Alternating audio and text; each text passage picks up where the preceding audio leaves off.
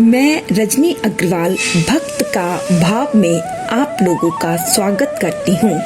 आज से हम आपको पूरे कार्तिक मास की कथाएं सुनाएंगे। पहला अध्याय।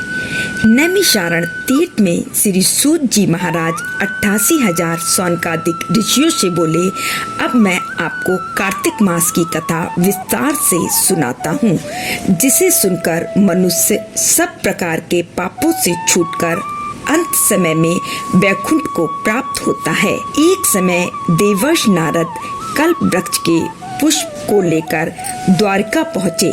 भगवान श्री कृष्ण ने उनका स्वागत किया और पूजन कर आसन पर बैठाया।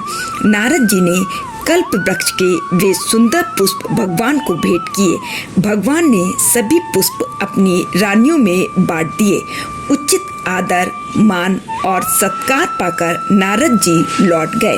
उनकी विदा होने के पश्चात सत्यभामा ने मन में विचार किया कि मैं कितनी भाग्यशाली हूँ, जिसके पति स्वयं त्रिलोकीनाथ भगवान मधुसूदन है और अपनी 16,000 रानियों में से मुझसे ही सबसे अधिक प्रेम करते हैं।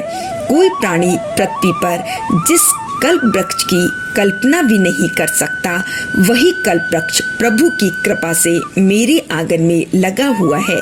आखिर पूर्व जन्म में मैंने ऐसा कौन सा पुण्य कार्य किया जो मुझ पर प्रभु की इतनी कृपा और स्नेह है। मन में ऐसा विचार कर एक दिन सत्यभामा ने भगवान श्री कृष्ण से पूछा, हे नाथ, यदि आपकी मुझ पर इतनी ही कृपा है, यदि आप मुझसे इतने ही प्रसन्न हैं, तो कृपा कर यह बताएं कि मैं किस प्रकार आपके इस स्नेह की अधिकारिणी बनी।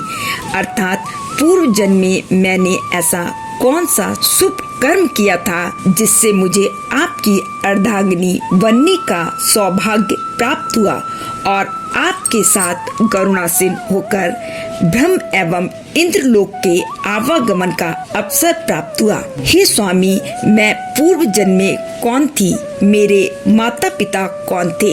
हे नाथ, यह सब आप मुझे विस्तार से बताने की कृपा करें। भगवान श्री कृष्ण ने कहा, हे सत्यभामा, पूर्व जन्म में तुमने जो पुण्यदायी व्रत किया था, यह सब उसी का प्रभाव है। पूर्व जन्म में तुम मायापुर निवासी अत्रि कुल के देव शर्मा नामक विद्वान और तेजस्वी ब्राह्मण के घर गुणवती नाम से उनकी पुत्री बनकर जन्मी थी। देव शर्मा भगवान सूर्य नारायण के अन्य भक्त थे और अपने त्याग और तपस्या के कारण समाज में आदर पाते थे। जब तुम विवाह योग्य हुई तो देव शर्मा ने तुम्हारा विवाह अपने ही एक योग्य शिष्य चंद्र प्रकाश के साथ कर दिया। चंद्र प्रकाश अपने गुरु का अन्य भक्त था, अतः विवाह के उपरांत भी वह उनकी पिता के समान सेवा करता रहा। एक बार देव शर्मा चंद्र प्रकाश के साथ वन में शमिधा लेने के लिए गए। वहां उन्होंने एक महाभयानक राक्षस को देखा। उन्होंने उससे बचने की बहुत चेष्टा की, भयभीत होकर भागे भी, तब भी उस दुष्ट राक्षस ने उनके प्राण हर लिए। देव शर्मा और चंद्र प्रकाश दोनों ही चूंकि निष्ठावान भक्त थे, अतः अपनी भक्ति के कारण उन्हें तो वैकुंठ वास मिल गया, किंतु गुणवती निराश्रित हो गई। पति और पिता की मृत्यु का समाचार पाकर गुणवती बहुत दुखी हुई और विलाप करने लगी। हे पिता, हे भर्ता, तुम मुझे किसके सहारे छोड़ गए? अब मेरा भरण पोषण करने वाला और रक्षक कौन है? अब मेरा कहाँ ठिकाना है? इस प्रकार विलाप करती वह मूर्छित होकर धरती पर गिर पड़ी। फिर जब चेतना आई तो अपने घर का सामान बेचकर अपने पिता और पति का श्राद्ध कर्म किया। तत्पश्चात वैराग्नी सी होकर विष्णु भगवान के भजन पूजन में अपना जीवन व्यतीत करने लगे। गुणवती निष्ठा के साथ जीवन एकादशी का व्रत करती रही। एकादशी के साथ साथ वह प्रति माह कार्तिक मास के व्रत भी करती थी। वह दीप मंदिरों और साधु समाज की सेवा करती। हे सत्यभामा, मुझे यह दोनों व्रत एकादशी और कार्तिक मास के अति प्रिय हैं। हे सत्यभामा, आयु पूरी होने पर गुणवती ने भी गंगा में स्नान करते हुए प्राण छोड़े। तभी भगवान विष्णु के एक दूत सुंदर विमान लेकर आए और उसे स्वर्ग में ले गए। इस प्रकार कार्तिक मास के व्रत के कारण गुणवती को भगवान विष्णु का धाम मिला। भगवान श्री कृष्ण बोले, हे सत्यभामा, पूर्व जन्म के देवदत्त ही इस जन्म में राजा सत्यजित हुए, अतः तुम्हें उनकी पुत्री के रूप में जन्म मिला।